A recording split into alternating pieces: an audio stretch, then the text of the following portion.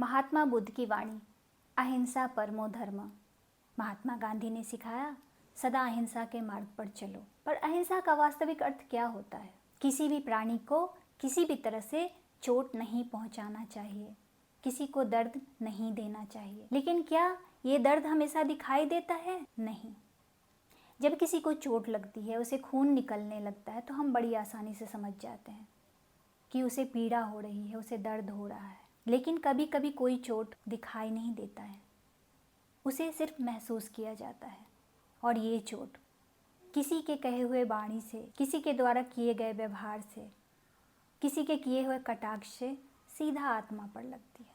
तो किसी भी परिस्थिति में अपने वाणी पे, अपने विचारों पे, अपनी सोच पे संयम रखें। जी हाँ, मैं हूँ कल्पना और मैं फिर से हाजिर हूँ अपने इस चैनल पे एक नई कहानी के साथ। आज की कहानी बड़ी छोटी है, लेकिन सबक बहुत बड़ा दे जाती है। तो चलिए सीधी अपनी कहानी पे चलते हैं। ये बात उन दिनों की है जब सम्राट अशोक पूरे देश पे अपने विजय का परचम लहरा रहे थे। उनका ये विजय अभियान कलिंग तक पहुंच गया था। और एक दिन अशोक अपने शिविर में विचार मग्न बैठे हुए थे। तभी उनके सेनापति जयगुप्त आकर अशोक को संदेशा देते हैं कि महाराज, कलिंग पर हमारी विजय हुई है। अशोक बहुत प्रसन्न होते हैं और जयगुप्त को बधाई देते हैं। ये सूचना देकर जयगुप्त जैसे ही लौटने लगते हैं, वहाँ एक बौद्ध भिक्षु का आगमन होता है। और वो बौद्ध भिक्षु अशोक से कहते हैं, सम्राट, आपकी विजय नहीं हुई है, आपकी पराजय हुई है। ये सुन के अशोक आश्चर्यचकित होते हैं और जयगुप्त की तरफ देखते हैं। जयगुप्त कहते हैं, महाराज, मैं सत्य कह रहा हूँ, आपने कलिंग पर विजयश्री को प्राप्त किया है।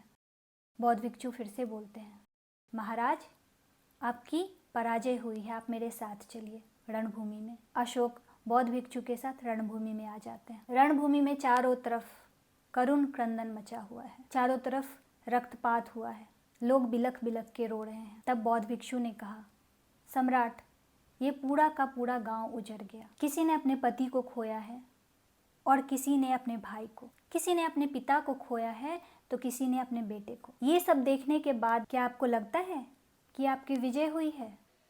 ये भयानक नरसंहार देख के अशोक का कलेजा पिघल गया और अशोक ने कहा, ये दृश्य देखने के बाद तो मैं निश्चित रूप से कह सकता हूँ कि मेरी पराजय हुई है। आज इस युद्ध में एक राजा तो जीत गया, लेकिन एक इंसान निश्चित रूप से हार गया। ये दृश्य देखने के बाद आज मैं इसी भूमि पर प्रतिज्ञा करता हूँ, शपथ लेता हूँ कि आज के बाद भविष्य में मैं कभी युद्ध नहीं करूँगा।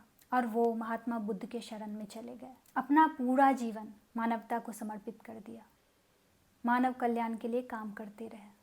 तो विजय सदैव युद्ध से नहीं जीता जा सकता है। विजय प्रेम से, प्रसन्नता से, खुशियों से, अच्छाई से भी जीता जा सकता है। तो ये कहानी तो है बड़ी छोटी सी, लेकिन सबक बहुत बड़ा है कि दर्द देना बहुत आसान है, लेकिन जब सामने वाले को दर्द होता है ना, तो ये महसूस करना बहुत मुश्किल है कि उसे कितना दर्द हो रहा होगा।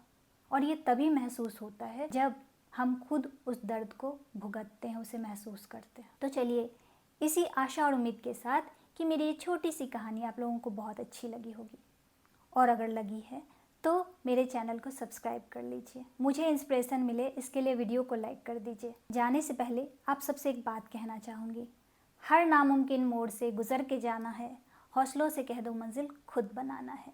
मिलती हूँ एक नई वीडियो में एक नई कहानी के साथ। तब तक के लिए आप सबको जय हिंद।